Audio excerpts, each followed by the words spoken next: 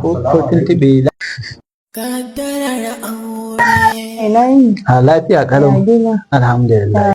Alhamdulillah. Ya Abuja. Wallahi lafiya kalau. Wallahi ai ina dawowa na zo kafa da kafa sai na ganki.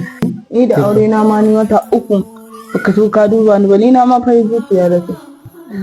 Amma abin da ke bani mamaki ko in ce dan daure mun kai shine Zainab ya aka yi na ga dukkin fada haka kini baki.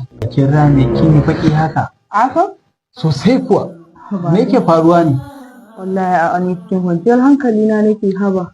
Kin tabbatar dai komai lafiya? A ina matan duniya fatan Allah ya haɗa su da miji irin na To. Saboda mijina ya yi a rayuwa. Yana so na ina son shi.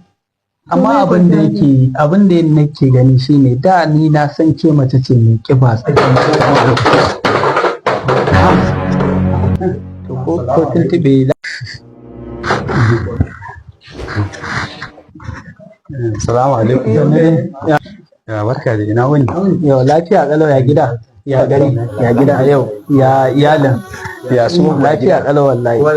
Alhamdulillah. San da zuwa. Ya sani. Ya barka shi.